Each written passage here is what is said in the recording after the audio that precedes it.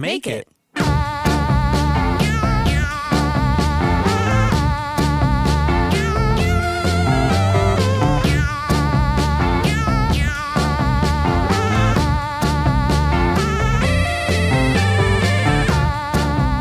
We're good.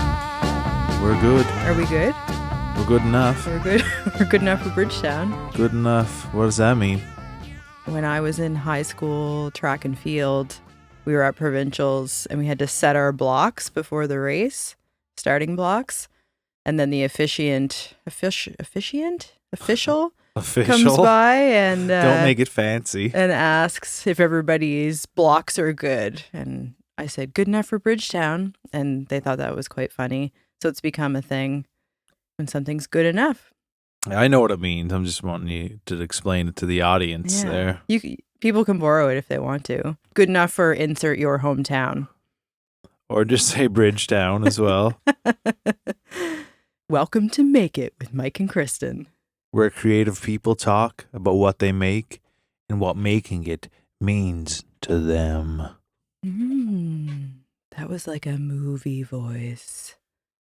If you could have anybody in the world narrate a story read to you, who would you choose? Whose voice do you find pleasing? Frankie McDonald. Yeah? What would you have him read? Just anything. The newspaper? Just anything. The Sydney Post? Is that what the... Cape Breton Post. Cape Breton Post? Yeah. That's what the local paper Whatever is. he wants to say, I'll listen. Yeah. Read his grocery list. Who would you pick? I always thought Eddie Vedder had quite a nice singing voice, so perhaps his speaking voice would be the same. Tony Ronalds, I feel, has a very nice voice. Former guest. Yeah. So Eddie Vedder, was he a former guest too? I can't remember. Yeah. He'll be a future guest. He's on my manifestation list. Yeah. Of guests. Whenever he's in Upper Tantallon next. Hey, we'll get him. You never know. Yeah. There have been a lot of celebrities find their way to Nova Scotia. That's true, yeah. Yeah. Some of them have found their way here as well. Would you want to speak with Chad Michael Murray? Sure. Okay. Yeah. Would you? Yeah, why not? Yeah, why not? He'd be awesome. I feel why not about just about everyone. He's been on Gilmore Girls in the new one, Sullivan's Crossing. Yes. And I'm sure he's had other things in between. Those are his most memorable to the locals, at least. Yeah, I'm sure he's had a robust career in between when he was 15 and 43. I think he's our age, so. Is he 43? Yeah. 40 That's something. nice. I'd like to talk to someone else who's 43. I don't know anyone who's 43. No, I'm not even 43. I'm 42. You know me. You're 43. Just turned. Gemini season. I'm coming to a close. I'm a young 42-year-old, and you're 43. I'm a young 43-year-old. Yeah, you can also describe me as such. 43, yeah. So we're doing a solo episode this week, or duet. Duet. So Emmy, who is my summer student at Togetherland this year, she is Jackson Weldon's older sister, who we've had on the podcast twice, and we were describing like when you and Jackson sing together that you have a duet, and you thought that was quite funny. I don't know. I would never call it a duet when I'm singing with another guy, I guess. I don't know. It seems like it's not something you call it when... You call it a duo? Like you and Bruce, you describe as a duo, but not a duet. Yeah, we would never describe our band, our two-piece band, as a duet. Would you describe this as a duet episode? I would say duo episode. But yeah, duet... implies in my mind, in my eyes, and I certainly could be wrong, that it's typically a male and a female singing together with like very different voices, like harmonizing. But that's us. Yeah, but I'm just saying in the singing context. Okay. Like when I was going up to sing with Jackson at his show, I was just singing some whatever background harmonies, but I would not say it's a duet. I don't know. We'll have to look up if there's a proper definition. Like Simon and Garfunkel, are they described as a duet ever? Well, we'll put the poll out to the people. We'll put the poll out to the people. See what they have to say. What do you think, folks? It's just us here today. We do have a number of... It's two of us. Guests coming up. Some are already recorded, actually, but we wanted to weave in a few of our duet episodes. Yeah. We're going to call it that from now on. I'm going to. I'm sticking with that. You can, yeah. Yeah, we can use our own words. And part of that was just to kind of space things out, but we also heard from some of our listeners prior to this rebrand that was something they wished there were more of. And we always do intros to all our episodes, and some people, again, enjoy that component. Mm-hmm. So, and we've done lots of episodes, not lots, but we've done a number of episodes where it is just me and you talking about something. Mm-hmm. And we made a big list of potential subjects to cover. Mm-hmm. And at the core of this podcast, especially after the rebrand, is the concept of making it. What does that mean to all our guests? What does that mean to us? And we want to kind of dive into what making it means, what we see the definition as, and what it means to us, and kind of just explore that and see where it takes us. It felt like a natural place to start, given this is the question we're posing to all of our guests. Mm-hmm. We likely should insert our own life experience and thoughts when faced with this question, because it's not necessarily an easy one to answer. And we have the benefit of looking back on 150 plus guest interviews that we've done now and recognize that this idea truly does mean something different to everyone. Like, some people have had an immediate, really specific answer to this, and other people may have never asked themselves that ever before. Mm-hmm. And so I think, given the variety of answers we've had, it's also helped me think about the question differently than maybe how I would answer it if I were just asked out of the blue. I don't know. Is that how you feel? Like, has it shifted because of the podcast first and foremost? Are you tired of paying too much for home and auto insurance only to then have to deal with somebody at a call center?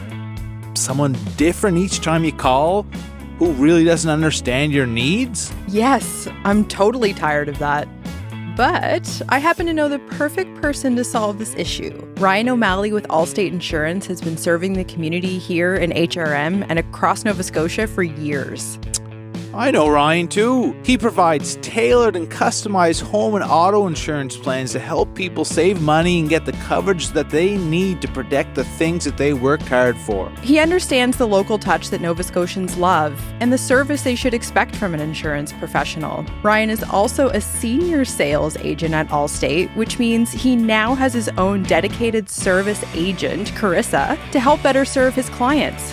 Fancy or what? And here in Nova Scotia, we know life can throw a few curveballs, like snowstorms in April, a rogue seagull with bad aim, or your drunk cousin backing into your shed again during a backyard lobster boil. These sound like personal stories, but all very relatable. Thank goodness for friends like Ryan. Reach out today to get your personalized quote for home and auto insurance. Call 902-210-1293 or email O'Malley, that's ROMALLEY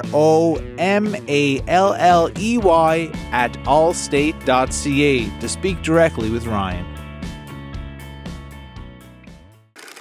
Remember Goosebumps? Nothing like a spooky twist ending to get a kid hooked on reading. Meanwhile, I was deep in the world of Judy Blume, navigating life, friendship, and all the weird stuff we go through as kids. Books kind of built our creative brains. And that's why we're so proud to tell you about Halifax Learning, an organization that's been helping Nova Scotian kids build strong literacy skills for over 15 years. They're also this week's sponsor. Whether it's reading comprehension, fluency, or writing confidence, their evidence-based, research-backed programs get that coveted gold star. We're talking proven results for learners in grades 1 through 6. I also want to acknowledge their founder, Sarah Arnold, who is the kindest, most magical, driven human on earth. Sarah and her team offer a diverse range of expertise spanning education, psychology, and specialized teaching methodologies, empowering learners of all ages and abilities. Halifax Learning offers both in-person and online clinics, so kids can learn in a way that works best for them, at home in their pajamas or in a classroom with new pals. And let's not forget, literacy is foundational for creativity. Want to write a song, paint a story, perform a play? You need words.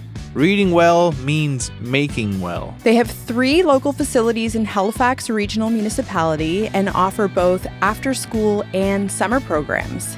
Yes, and I know that summer enrollment is happening now. On your journey to make it, this is where it starts. Reading skills unlock everything from self-expression to creative success. Halifax Learning believes every child has the potential to thrive. They're giving families the tools to unlock that potential. If you want your child to grow up loving books, building confidence, and maybe even becoming a future podcast host, /musician /gallery owner, head to halifaxlearning.com. That's HALIFAXLEARNING.com and check it out. Support local learning, support creative futures.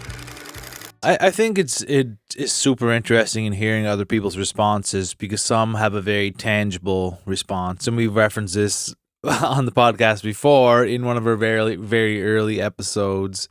We spoke with Lindsay at the Float Center in Halifax, and she said that making it in her eyes would be owning a hot tub, a very specific thing. It would mean that she's able to, getting the hot tub is like a luxury item in her eyes, so that means all the other things are taken care of, looked after, and she can get this one thing that would imply that she's in a financial place where in her eyes that would be making it. And we thought, oh, that's a super cool answer. And a lot of people have like more philosophical things where I just feel content with myself when I wake up in the morning, whatever.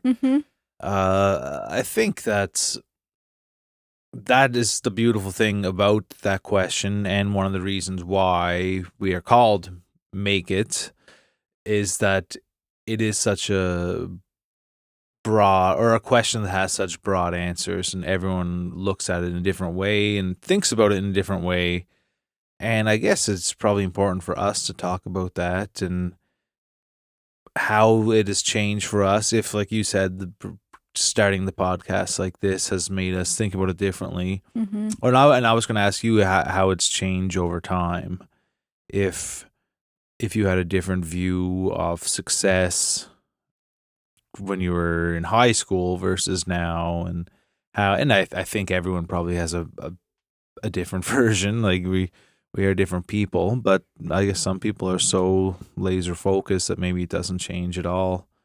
Yes, I think it has shifted for me, as is likely the case for a lot of people, but I also really liked a response, and I'm just pointing this out because it will, I expect, fall into our conversation. But when Moira and Claire were here, they talked about having a moment where they never imagined that scenario specifically as feeling like making it, but when they were in that moment, it very much did.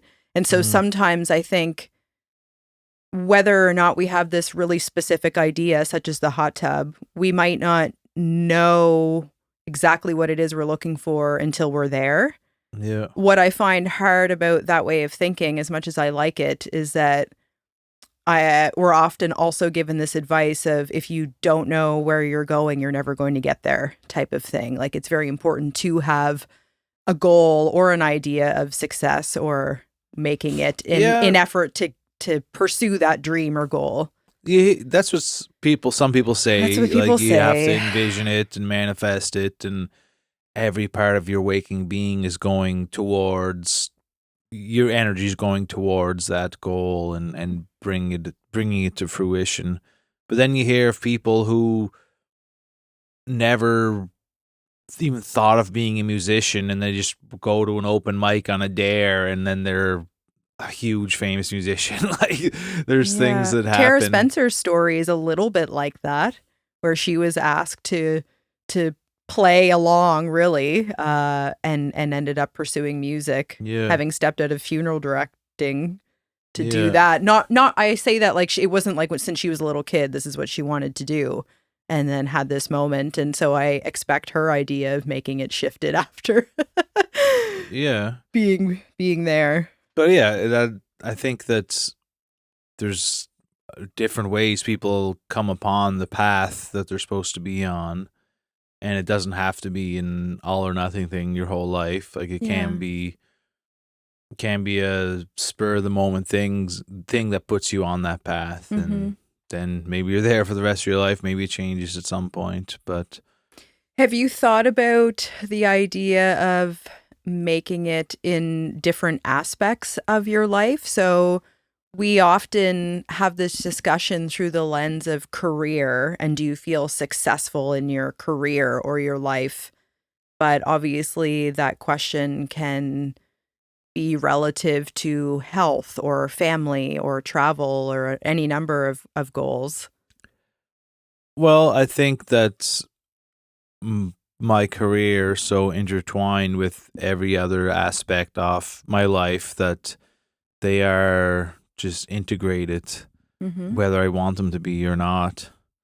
Like obviously, like health goals are going to be different than my musical goals or podcasting goals, but I feel like our financial stability is based on our creative goals. Like our creativity runs our whole world here. So if we have success in that, then we have success with everything we have. Okay, but you could also argue that we feel like we've made it in our marriage, but not in our career. Like I see those as two separate things. Of course, that work is integrated into our marriage. This is a good example of we're actually physically sitting here together creating something, but there's more to life than just work, right? No. As long as you like your work. No, of course. I guess a lot of people, when they look at what making it is, a big part of that is the financial part of it. And that's kind of the lens where I look at it. What can I afford to do with not necessarily just money, with time? Like time is the most important thing in my eyes. Am I able to use my time in the best way possible?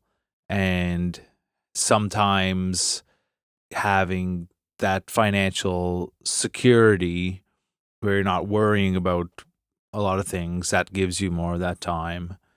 Not that you need like $1 million or $1 billion, but if you don't have anything, then then you're worrying, of course, like how am I going to pay for these 8 different bills that come around every month? But if you're meeting those and you're enjoying what it is you do, like your actual work, in our case, our creativity, then you have time to do more things that you want. And well, I guess we do try really hard to find more openings to do things that aren't creative, because we're doing creative stuff all the time. But I feel like when you really love your job, I don't feel like I'm working right now and this is our work. So I have intentionally, and maybe we have both been doing this for the last few months, but we have not had this conversation with one another yet. Obviously, we've talked about making it as a concept for the podcast, but we have not outright asked each other what that means, or do you feel like you've made it? And I've done that purposefully because I knew that eventually we would have this conversation, and I wanted it to feel really organic, and it very much is. But are you saying that, in your opinion, that making it to you boils down to financial stability or freedom?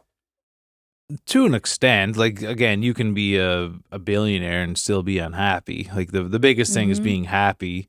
But I find I'm pretty happy in most scenarios, and as long as I have the basic necessities, food, shelter, friends, relationships. Like I don't need anything fancy in my life, but I want to have the financial security to be able to just go camping for a weekend, to go to the beach for a day. You know, I don't need anything. Like I'm not saying I need to own a yacht. I wouldn't mind having a boat, I guess. but I think meeting all those needs and not feeling like you're grinding all the time.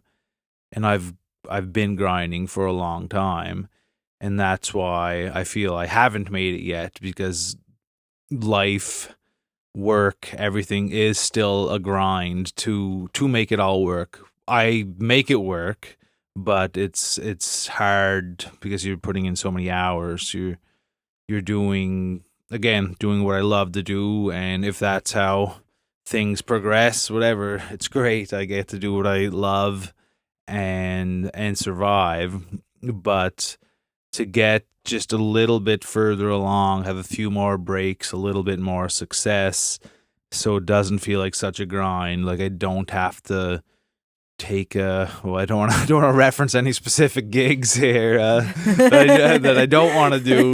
I don't know. You can say no to more things, and then this going back to time, like, okay, I don't have to go play this gig I don't necessarily want to do, and I can go sit in the beach and write, and that could still be work, but in certain moments when you have to do something because you need to pay for the new alternator in your car. For example. Yeah. No, we didn't get an alternator. We got a fuse box and whatever. I don't know. We're still waiting to see what the bill is. But I'm not at a point right now where I can just do whatever I want, and maybe I never will be. But I feel like just having a little bit more of a security blanket gives you a bit more freedom, allows you to just go towards the things that you're truly passionate about. And of course, I love playing music, playing shows, being in front of an audience, all the studio work I do. But there are some aspects of it that aren't the most ideal scenarios, and certain gigs that whatever aren't the most pleasing for someone who's been playing music for 20 years. You kind of feel sometimes like, I'm way past this, but but I'm still doing it. So it's to get to a point where that isn't something I have to rely on. Does that feel like it's preoccupying, or does that consume you, that thought of I shouldn't be doing these particular things? Because I don't know that in anybody's life, in anybody's world, would it be completely void of some moments that felt that way. Yeah, that's why I don't like. I can do anything for work. Like I've done the most miserable things in the world for like jobs periodically, and I don't really care because so many people have to do that every single day. Or how hard is it to go play at a restaurant and for a couple $100 when people are coal miners still, like and you see hardworking people in your family or close to you, or just anyone that has a job that isn't necessarily fond of it. I feel lucky and grateful to get to do what I do, but it doesn't mean it's enjoyable. Like I've won more awards on the East Coast than like a lot of musicians, and sometimes like you're playing a gig and you just feel like just a solo gig that I might be doing. It's you start to question things like what the hell am I doing this gig for? Like I was entertainer of the year in the province, whatever, a couple times. I don't know how many times, 2, 3, 4, one of those numbers. But but I'm only doing music. Some other people have other side jobs, and that's how they chose to do things. But I chose to only do creative things to survive. So sometimes I have to take those types of opportunities at times, and but I don't want to ever have an attitude where I'm too good for anything. But sometimes you have that attitude. That's fair. It's like, I don't know. I have a song called "Keep On Keeping On," and there's a line in it about play to 30,000, and the next day 22. One day you're Jesus, the next day you're just you. So we played in Boston at the tree lighting ceremony to 30,000 people. You can't really get much a better gig than that. And then a few days later came back home to Nova Scotia, and we're playing kind of a shitty bar gig in Truro, and 22 people came out. I remember Bruce put one of his drum cases down, and someone at the bar like yelled, "You can't put your drum there. That's not where it's supposed to go." And like, okay, yeah, whatever. We'll move it, no problem. And you're just thinking, like, 2 days ago, like, we're shaking hands with the mayor of Boston, opening for Belle Biv DeVoe. You know, that's a making it moment. Yeah. So, and again, not that anything went to our heads, but you know that you have the ability to do things that are bigger. And then when you're put in a situation where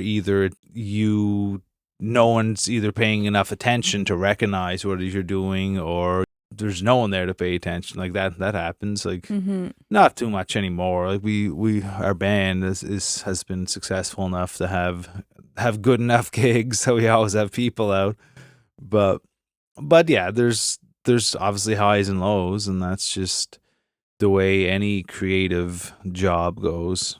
But when you do achieve certain levels of success, and whether that's like I sold 20 tickets to a show, I'm the greatest thing who's ever lived, and then the next day there's one person, like that's still drastic change. It could be 500 and versus a smaller amount. Like when you reach a certain level, sometimes you feel like you deserve to stay there, or that this is your worth. That's one thing in the creative industry. It's like you're always trying to figure out what your worth is, and when it feels like it's established, then it feels like it dissipates or changes, and not for any particular reason. It's not like you got worse or you usually get better, but then as things happen that maybe you go lower, then you go higher than you've ever gone, and then you're back down with something else that happens, or you used to get asked to play a certain festival and then they don't ask you anymore, but then a bigger festival asks, and then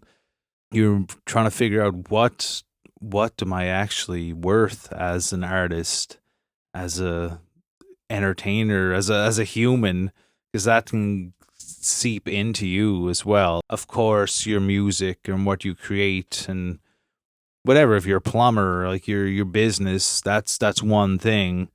But when you're so attached to it yourself, you start to feel that yourself as well. A lot of jobs, when you're progressing, it comes with something really formal, like a promotion or a new job title or a raise.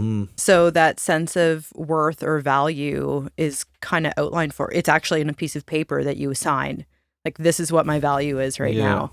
But in our world, I completely feel that. And I'm sure a lot of artists in different disciplines do too, like this roller coaster nature of it, where there's no promises that because you get a great opportunity or get a number of awards or get a grant, whatever scenario it is, that doesn't mean that things keep elevating or progressing upwards. Yeah. It's almost inevitable that it won't, in fact. At some point. Some point. And so that's a hard thing to explain, and it's a hard thing to digest and find patience with, especially for someone like me who was in that really defined role where, like, everyone with this job makes this much money and works these number of hours, and if you do really great, this will be the next level you achieve, and then you'll make this much money, and these are your responsibilities. Like, it's very clear how your life is going to look.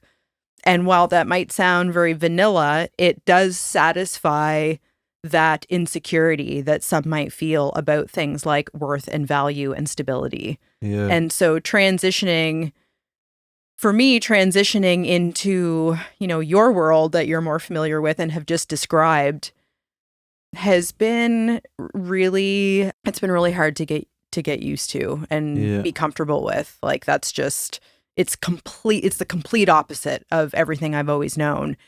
And I'm sure, like a lot of kids, we were taught you're going to graduate high school, probably get higher education of some sort, whatever that looks like. And that's going to lead to a job. And that's going to, there's this formula to how life is, quote, supposed to look. Mm-hmm. And for the most part, that's what I did. I was in a role that I had a staff and a corner office and status and a fat paycheck. And those were the things that I was taught were making it. So for all of the lessons I understood and grew to believe, I was in a position where I had allegedly made it, and I wasn't happy. I didn't like it. I didn't feel like I fit in. I didn't feel like I could be creative. I didn't feel like I could be myself. And so made the decision to leave that world. Mm-hmm. But at that point, a lot of people would be happy. A lot of people would say, I've made it and this is amazing. This is exactly what I want to do. And the low battery in the phone, Jesus. But a lot of people, that would be actually making for them and they'd be happy with that. But every human's different. Yeah. Doesn't mean that that's what you're supposed to do. I guess in a lot of ways, I don't think it's what I'm supposed to do, but I was really kind of reluctant, maybe nervous to do this episode, truth be told, at this point, because I feel like I left that role imagining that pursuing the thing that I love to do on the side would somehow satisfy that unhappiness or fitting in or whatever I was kind of looking for. And in a lot of ways it has. I feel more at ease. I feel healthier, both mentally and physically. I can't even put into words the amazing opportunities I've had and people I've met and friendships I've made. Like, all of that feels satisfied. And so I feel like I have made it in a lot of aspects of my life. But the financial sacrifice in particular of being an artist in today's world, when we're entering or in the midst of a recession, is at odds with another set of beliefs that I very much bought into, that if you just pursue your passion, that everything else is going to fall into place. Like, the money will kind of follow so long as you're doing what you loved. And that was another ideology of somebody else's who has a lot more stability and money than I do, that has the luxury of saying things like that I really, really believed. And so at this moment, I was reluctant to even have this conversation because I don't want to come at it with negativity or doubt. And I want to be somebody that encourages others to pursue their dreams and do what they love, because we only get one life, and that's not lost on me. But my truth in this moment is it's really, really, it's kind of causes me a lot of anxiety and turmoil to think, but I love my life. I love my day to day. I love the projects I get to do. I love the people I get to meet. I wouldn't change a thing about it. So in every single aspect, I feel really lucky in that I have made it. But the dollars and cents are just not following. And so I'm at a point where I am actually having to look at going back to that 9-to-5 world that I really don't like and really don't fit with. but feel like, what choice do I have? Like my survival is actually in jeopardy. And so there's also a lens of just responsibility and maturity that I think has to at some point be factored into this lifestyle. And that's okay. Like Yeah. there's no right or wrong way to exist as a human being, essentially. It doesn't, and this is not just about being a creative person.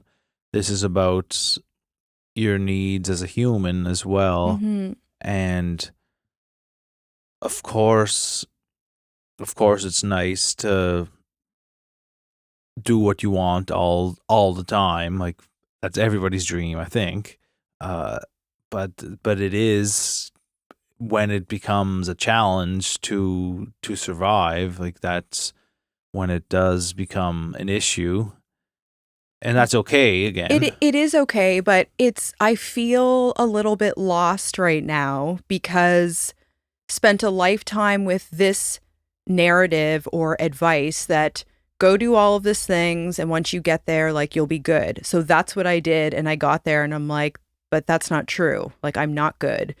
So I bought into a very different way of living and a very different way of mindfulness and thinking, and following those thought leaders into saying, pursue what you love, take the risk, take the leap, and it will work out for you. And that has not been the case either. So in this moment, I feel really lost, and that I don't know really what direction to take. I want to feel really confident, and it's really hard to admit this and talk about it. And there's parts of me that's like, I can't believe I'm doing this on the podcast, and this is going to be available for the whole world to hear and listen to. But I want to be truthful, and maybe this will change for me tomorrow. Maybe it'll change for me next week or a year from now. I hope it does. But I feel right now like I've spent a lot of my life kind of listening to other people's lived experiences and advice, and unfortunately that hasn't worked out for me, which I interpret as an invitation to really go inwards and listen to myself. So that's a key takeaway. That's like an outcome of this. But I don't know what that is right now. well, the reality of things is that you've been a full-time artist for 3-ish years, doing art, us doing the podcast. Your gallery is now 3-ish years old.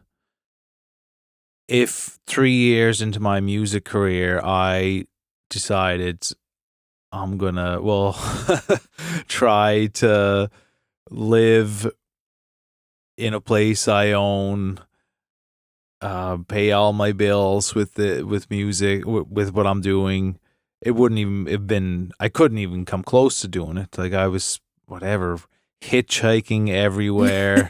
Like that's fair, but you were also 19. And the reason that we have matter, like the house and the car and the things is because of this other stable past life I had. Yeah, but that is one aspect of your life. You were an artist, you were a part-time artist during that, and we've both worked really hard to create all the things we have in our life. And you're still young you're still new to it.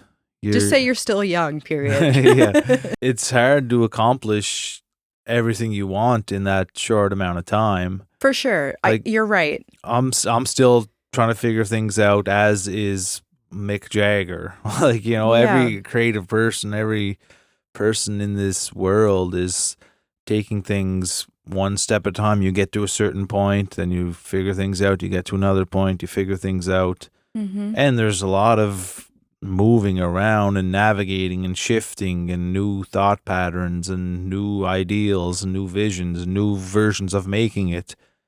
And it's okay to go in any direction. Like if you truly want to be an artist and continue down that path. Like, it's okay to have a job on the side, and like, you can associate with whatever you want to associate yourself as. Like, you could be working the most important job in Canada and still just say, I'm an artist. You don't have to say that's your job. Like, whatever you want to be is what Totally. you want to be. This is not a uncertainty about identity Yeah. or desire or wants or, again, I'll reiterate, my life and my lifestyle is more or less exactly everything I had always dreamed of.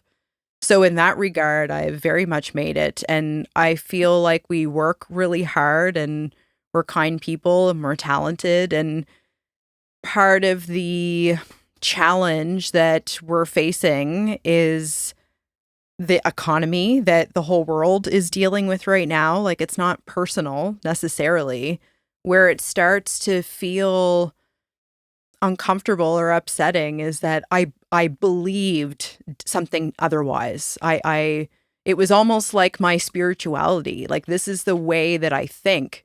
This is the way my mind works. This is how I see the world. This is what I would teach to other people or encourage with other people. And so for things to feel like that's crumbling for my own lived experience, it feels just a little bit naked. Like, I don't know what I believe anymore then. I don't know what advice I would give to a friend in these circumstances anymore. Well, things shift all the time, though. That's just life. You get to a certain point and you realize something about your partner and you get divorced. You realize that's the first example that came to mind. Well, I'm saying that's something that happens to more than 50% of the population. Totally. Yes. Like, that's true. So it is a good example. Yeah, it is a good example. So people, I'm just saying, people are on a particular path, and then that path changes all of a sudden. Mm-hmm. It doesn't mean you have to think that the world's ending. Like, a lot of people have a shift at a certain point in their life. And again, there's a million other examples. Like, people can lose a job that they thought they were going to have for life, and then they pivot and maybe find what they were truly supposed to do, or just maybe they decide to retire early and live on a beach or whatever. I don't think it has to be this monumental shift that changes your whole perspective of the world. I think you just have to sit with it and look at it and figure out what is it telling you and where are you supposed to go, and roll with it. Like that, if you don't roll with the punches in life, we're doomed, because the punches keep coming.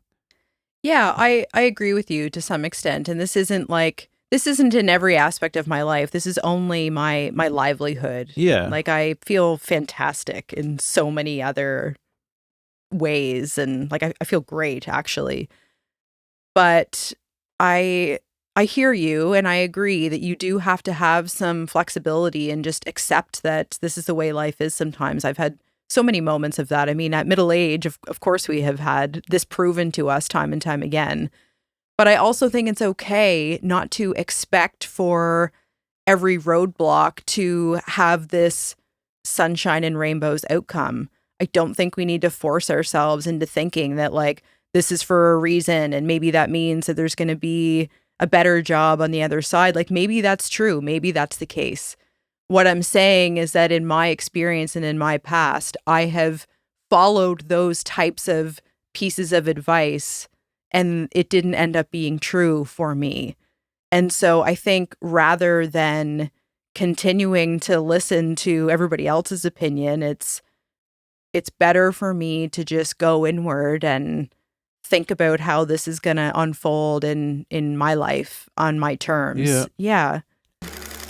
Hey, Kristen, do you know what's awesome? Theme parks, cotton candy. Well, yeah, but I was going to say saving money. Saving money is awesome. Well, the sponsor of this week's podcast episode, Ryan O'Malley with Allstate Insurance, can help you save money with home and auto insurance. That sounds fantastic, but I don't like dealing with call centers and talking to like 30 different people. That's the amazing thing with Ryan. You don't have to deal with a call center. You get to speak with someone local living in Cole Harbour who knows our area, our weather, our vehicles, and our housing needs.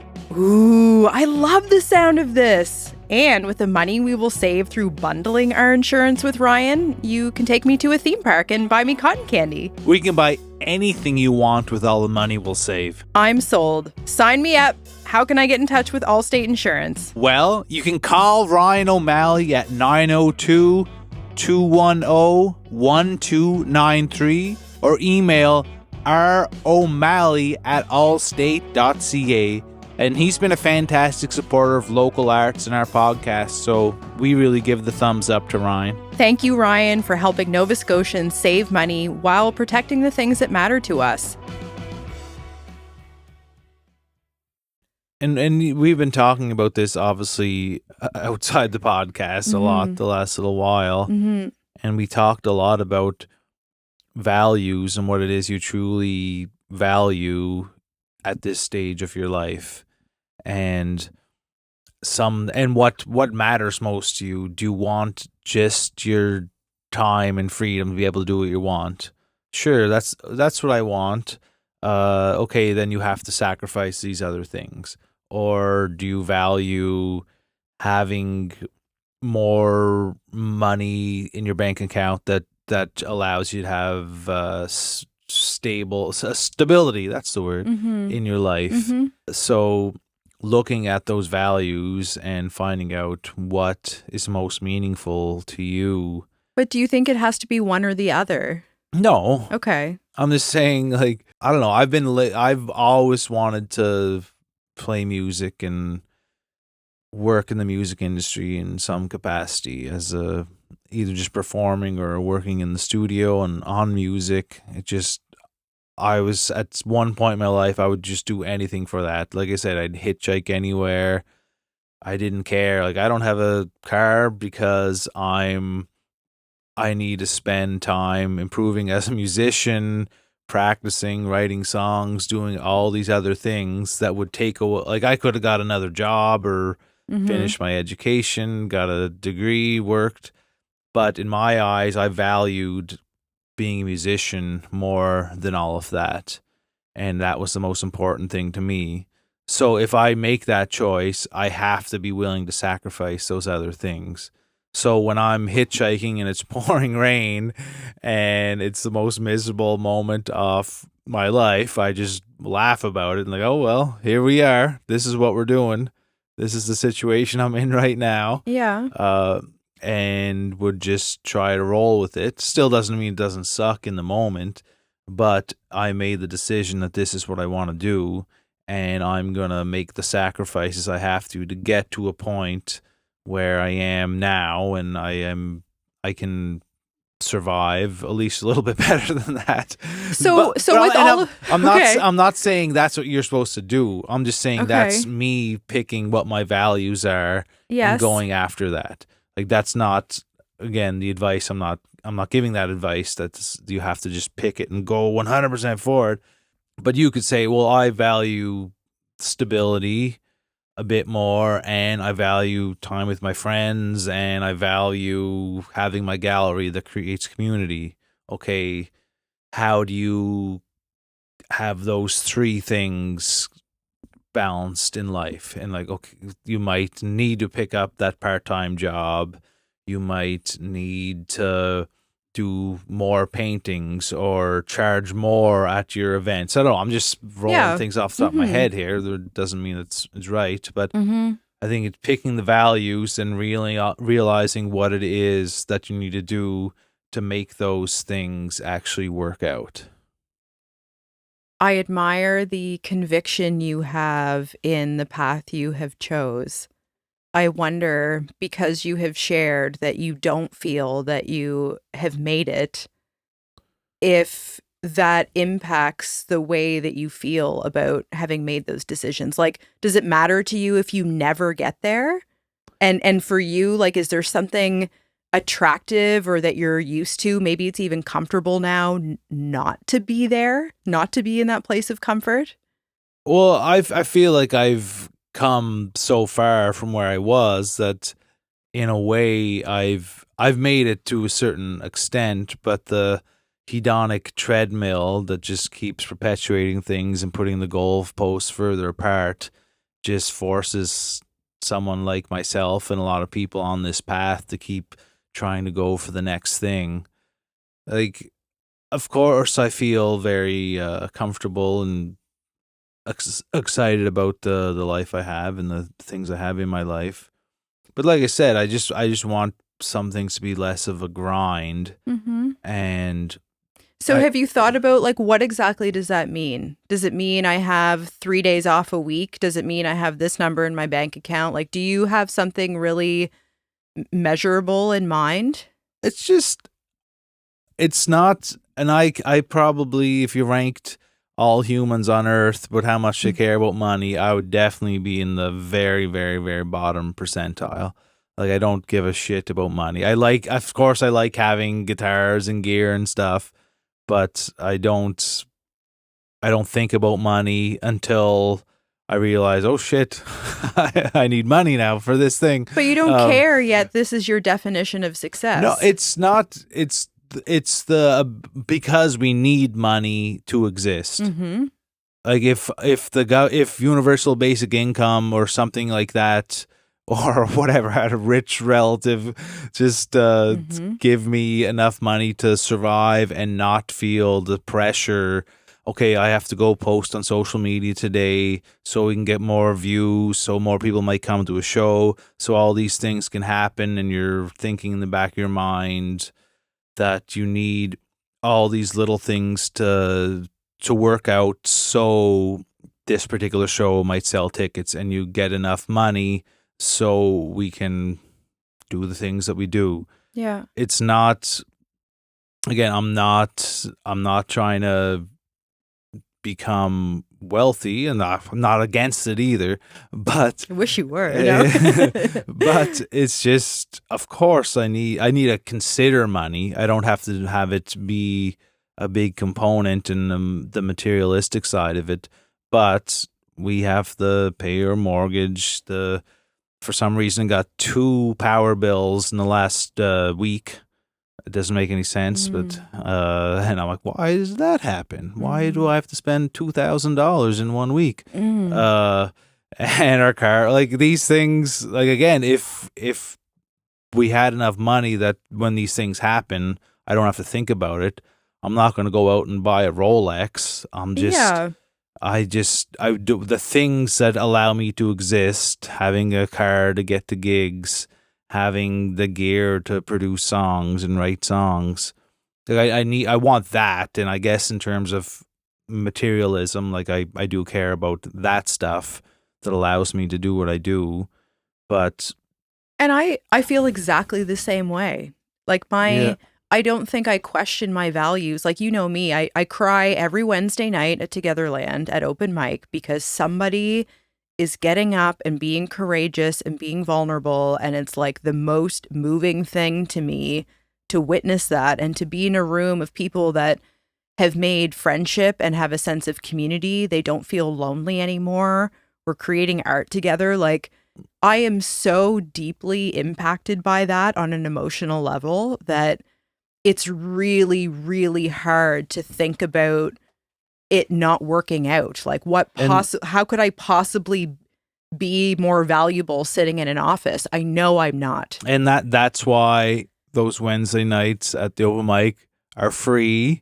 We put in a full day of work and maybe there's a donation box. Maybe we'll get $40 or something, but we're not in it for the money to do that. And it is a full day of work and hosting, and it's worth it to see exactly what you're describing.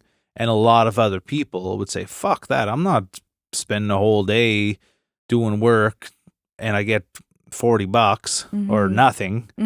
Like, but I don't care about that. You don't care about that. We're seeing people happy. But then soon enough, you're like, oh shit, we do have to pay this particular bill. We do have to eat. Yeah. That's how I consider money. I don't care about it in any other context other than having enough to exist. I'd like to be able, if I had more, I would just try to help more people. I'll give more to my family, whatever. Yeah. Yes. The more money I have at Christmas, the better the gifts I give. Fewer group gifts, depending on the year. But this is we've talked about this so often, not necessarily the concept of making it, but just our lifestyle. Of course, we're married. We have to make decisions together. But this is a shared value that we have and believe that in common, we see the outlook of the world in such a way that we very much prioritize relationships and being kind people and giving back as much as we can. Yeah. And we might not be able to afford to make big donations, but we can offer a space for people to come use. Like, that's kind of our contribution to humanity, I suppose, if you think about it that way. What I find challenging is they just feel at odds. Like, how is it that we can show up in the world in this way and still feel like it is such a grind, like that word you use? Yeah, that's just life. I realize I've had more amazing moments than not, for sure. But as you're getting older, I don't really want to hitchhike anymore. Yeah. Like, I don't, when we have a gig as a band, if I don't have a room to stay in myself, I just turn it down. Yeah. Like, I just don't want to share a room with anyone anymore. Yeah, that's fair. Like that, in the past, I'd sleep on just the floor. Yeah. Use my sneakers as a pillow. And if I had a jacket, that was my blanket. But I just don't want to do that. I've been on those floors with you. I don't want to do that anymore. So our backs can't handle it. Yeah, it's painful, and I feel like I'm worth more than that now. Yeah. And so say no to some more things if you can. Like, if I have to do something that I don't want to, I'll still do it, of course. Again, back to there's coal miners out there. The phone that I have, some kid in a mine in, where's the Congo? I forget, one of those countries where... Yeah, the DRC is where they mine. Yeah. Like, every person who has a phone out there, if you're watching this on a phone, that some slave mined part of that. Like, geez, how lucky are we to exist in Canada right now? There's wars happening around the world. I'm playing a pizza spot, and it's, I don't know, sometimes you're just playing and you know in the back of your head, I won 13 Music Nova Scotia awards, the only ever back-to-back entertainer of the year, and I know I can sing pretty good and a decent guitar player, and I know how to entertain. I had 400 people cheering their heads off a week ago at this bar, and you're playing a pizza place and no one gives a fuck who you are or what you're doing, and you start to think, like, what the hell am I doing here? Then you start to think of the kids who are slaves, and you're like, well, I'm pretty darn lucky. Yes, and we remind ourselves of perspective one way or another quite often. Yeah. I don't think it's lost on us that we are fortunate in so many ways, but I don't think that's a reason to just completely dismiss your true feelings. Like, it's okay to be scared or upset or disappointed, or all of those things too. Yeah. And another thing we're taught is that, well, just look on the bright side and think positive. And of course there is a need and room for that to be true. But I think that it's also important for people to feel like it's okay to also experience a different set of emotions that are not positive all the time. And I feel really I've never felt more lucky in all of my life from what the last 3 years has brought me. That nourishes me. That to me is way more important and valuable than my bank account. I know that, and I feel that deeply. The challenge is, to your point that you said earlier, like, unfortunately, we just need money. Like, open mic nights where I cry because I'm so emotionally fueled will not pay the 2 power bills that we have. Yeah. I wish they did, because in that case, the abundance has just blown the roof off.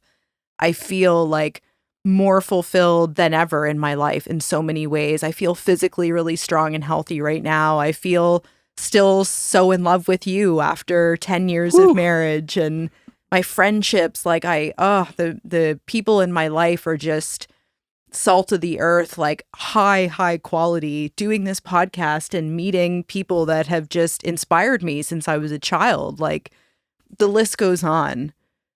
None of those things pay for my groceries. And that's what I almost feel like angry about. Like, why does it have to be one or the other? And I know, like, there's a balance to be struck here. And this is kind of where I'm at. I'm at the early days of figuring out, how do I achieve more balance here so that the foundation, my human survival needs, are being met while simultaneously having this, like, big, beautiful life experience. My book that I've written, that I'm doing the 88 songs for, is called Power Chords. Yeah.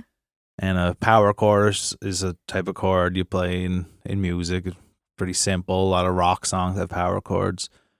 But the reason it's called Power Chords is because very many years ago in my old band, Billy's Flick, our neighbor was Tony Ronalds. And Tony had a career and was through the music industry and had a lot of highs and lows. And we were young and only living in the highs, although we had nothing. And I remember we were just so cocky and confident, and we were writing a song or something, and we just thought, after we finished the song, we just thought we were gonna basically take over the world. And he said, "Power chords alone won't fill your stomach, boys." And didn't really know what he meant at the time. And I don't know, years passed, and I just always remember that line. And there's so much more that has to happen with a song or with music or with whatever it is you do creatively. Then we could write the best song in the world, but unless all these things fall into place around it, that song isn't gonna literally fill your stomach or pay your bills. You need a drive, determination. You need the people around you to help bring it to life. You need a supportive group of friends and family, and a team that believes in you. You need just, there's so many specific things that the act of playing a chord in a song is not what the end goal is. You need to bring all this to life to exist. And yeah, it was something that I just felt was really powerful. And what would you say today to you back then? I don't think I would say anything different. Like, I was always determined, and I think I would I was always the one, like, boys, we got to practice. We need not party tonight. And I would say, just be more assertive and with what you want. Like, don't, of course it's fun to whatever, have a party on a random Tuesday or something, but if you're like, I was like, I grew up playing basketball, and I just knew Michael Jordan took 500 shots a day. And I want to do the equivalent with music. Michael Ryan's going to take 501. Yeah. I knew that in music we had to do the equivalent. And I'm like, that's whatever, practice 3-4 hours a day. And I'm ready. I'll do that every day, my whole life, kind of thing. And I don't know. That's not everyone else is on that same page, but I would have just said, well, just try to get everyone else more on your page. Do you still believe that that is the right mindset? Like, would you encourage somebody that having a big dream and working hard is enough, given your life experience? I think having a skill set related to what you're doing is important. Like me doing studio stuff in music allows me. If I just played live shows, I wouldn't be able to do that. Like doing studio stuff is really important for me, and financially, like having clients and working on albums allows me to just exist essentially. But I think that if you're really focused on something, if you can work on something that is loosely in that world but is more of a tangible skill, like a young artist, I might say you should learn graphic design as well, and maybe not now with AI, but you know what I mean. Yeah, that's a good example. But I think something that where there's always people willing to pay for something, music's always going to be recorded. So there's always going to be people looking to make songs. There's not always people looking for my music for things, but for like photography, if you are into whatever, taking cool artistic shots, maybe you do have to do some wedding shots as well. Like, I think just find something in the area you do that can be a little bit more stable, or just figure out how to be a good bartender or server. Like, having something you can do on the side is probably important. I'd go through periods when I was younger where I'm like, holy shit, this is tough, and I'd have to find something in the moment, and I'm a live mannequin in the window of a store or a background actor in a movie. Sounds like a great job, actually. It was probably the best job I've ever had. But yeah, I just had to just figure out things in the moment. I said the best thing in the world, we both said this, would be if our family, like our parents or someone, had a family business where we could go do our thing and then come back and like, hey, I want to pick up a few shifts at the family business, doing our family thing. I mean, that feels very humble for it to be the best thing we can think of. No, but just that would be a solution. As an artist, like, of course, in those lows, you're like, hey, I want to stock shelves, and then I can do that for a month, and then I'll just disappear, but I can come back and it's there. Yeah. Because even like getting a job at Sobeys or something is great, but you can't go back and forth. So maybe get a casual job somewhere. Yeah. I remember when we first started dating. I think you'll remember this, but let's see. We had a similar conversation. I don't know if we used the words making it, but perhaps. And at the time, you had said that appearing on David Letterman would represent that to you.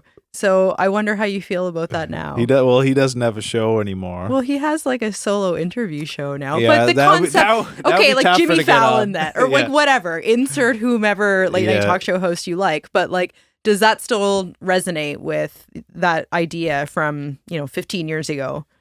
Well, I'd like to achieve a level of success where I'm at the point where it makes sense for me to be on something like that, like. But are you pursuing that? Every day, I guess. Like I'm not thinking of that, but I've been working on a project for 20 years, this book music project, and like I feel like creatively, like it's as big a project as any human has ever gone after. And I think the writing is good, the music's good. I think in 5 years it will be completely irrelevant because AI will basically take over every aspect of the creative industry. So I know I have to act soon on it. I don't agree with you, but that's okay. Yeah. We're allowed to feel differently about that. and we might not exist in 5 years as human race. But I just feel like there's a very pressing need to bring this project to life sooner than later. That's not a bad thing necessarily. Yeah. Like having a little bit of heat or a deadline. Like sometimes we need that encouragement or push. And I think it's just a project it's a story about a young band who are all big dreamers trying to figure out how to get to this optimal level of making it. Like they think they're going to take over the world and be the most successful band who's ever existed. And a lot of young bands have that vision. Like they think they're going to take over the world. And I wanted to capture that in the book because every book I've read about music or every movie I've ever seen about a musician skips this part of a struggle. Like Freddie Mercury's working at a bar, and then they get a gig, and then all of a sudden they have a manager and they're playing 3,000 capacity rooms. Like, it doesn't happen that quick. Yeah, we always have this conversation after every watching a movie biopic. Yeah. Every movie about a musician is not accurate. And of course they can't show what it's like as a mid-level struggling artist. Like they show it for a few seconds, like that's always part of it, but I'd say 98% of musicians exist in this place where I exist. Yes, and that's why it's so important to talk openly, like have this exact conversation and be really honest about it, even if it feels like, oh, like this is what you're supposed to say and this isn't, things you talk about, but it's so many people's lived reality, like this struggle and the pursuit. We always hear the stories of the underdog and then they are on top of the world. But they're, as you've said, like the meat of the sandwich is left out. Yeah. Like that's nobody's story. And maybe we too will find ourselves one day like on top of the world. But this is like what most of the life is spent looking and feeling like. Yeah. Yeah. And again, lots of good stuff. But probably like most people in their day-to-day life and career, like there are struggles, of course. Like there's people who would make a little bit more money than us, but would be struggling in other ways with time and freedom. And we're all picking and choosing what makes sense, and we're just trying to find the best balance possible. Mm-hmm. Well, I think we have found balance in a lot of areas of our life. We've found joy in most areas, really.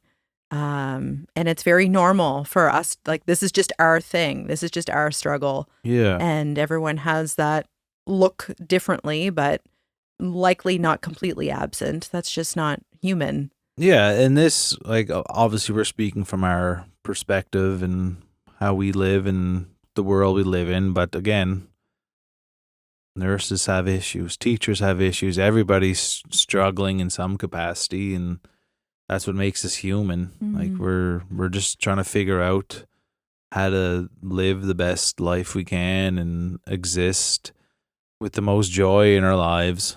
Yeah. I would like maybe a year from now, if we're lucky enough to still be doing this show and still be alive on this earth, that we revisit this, because I expect that our outlook could shift. Our life certainly will change within a year's time. But I have grown to learn that the idea of success is a moving target. Like if you achieve the goal that you always had in mind, you now need a new goal. Like if you want to keep going. Yeah. So I think that's positive in a lot of ways. But I think there's other life experiences you can have that also change your outlook or your emotion, and anticipate that to be the case for you and I both in that period of time. So we'll put a timestamp on this and come back. So do you have a specific answer to what making it means to you? It's a feeling, I suppose. Yeah. It's a sense of security and belonging and purpose. And I think if I were going to make a list of like 20 things, probably at least 15 of them have been met. feel like I'm making it in so many areas of my life because I put effort into it. Yeah. And it's just those last few that are just kind of heavily weighted in the survival of of life that are just a bit more important. Like I have to figure out, I need for my foundation, my stability to be satisfied because everything else comes after that. So like my playfulness and my relationships and like all those things are just home run. Couldn't be happier. But when the foundation of the house is starting to feel like it's crumbling, it doesn't matter how glamorous the paint in it is, you know? Yeah. Yeah. So that's kind of where it's a feeling of security and confidence and ease. So that's what I'm looking for. Yeah. And I'm partway there, but I wouldn't say that I've made it just yet. Okay. Yeah. And you? Well, I want to be able to look at the ocean every day without having to drive far. Oh, okay. You know, Yeah. I'd love to be able to wake up and look at the ocean. Mm-hmm. And that's I guess I'm saying like to live somewhere to be able to be on the ocean. This is your version of the hot tub. Yeah. Yeah. If that happens, then obviously other things are going well. I like it. But yeah, the ocean. Grew up pretty close to the ocean in Inverness, and it's in my blood. And I'm always most content when I'm near the water. And if we could take our exact house, put it somewhere on the ocean in a secluded spot, and I had a little bigger studio. Yeah. So we didn't have to like do this behind our cell phones when we're recording now. Yeah. Am I in the shot? I don't know. We'll find out. Yeah. That's about it though. Yeah, cool. Well, thanks for listening and being honest. And I know this is something we talk about often, and you have a lot of patience and understanding for my roller coaster ride that I'm on. And we're all on a roller coaster. Yeah. Yeah. But it helps to have people just listen and understand that and not judge it and recognize that things can change for better or for worse. And that's just life. So, yeah. And if anybody wants to write in or let us know what your idea of making it is, you don't have to sit and be on the show to ponder that question. Yeah. And I think it's helpful and healing to hear what others are going through too. Yeah. All right. Well, are there any like announceables or things? I think we said enough. So we had enough talking? Yeah, you've heard enough from us. Good. Okay, cool. All right. Well, cheers, everyone. Thanks for listening. And we'll be back next week with an awesome guest. Cheers, buds.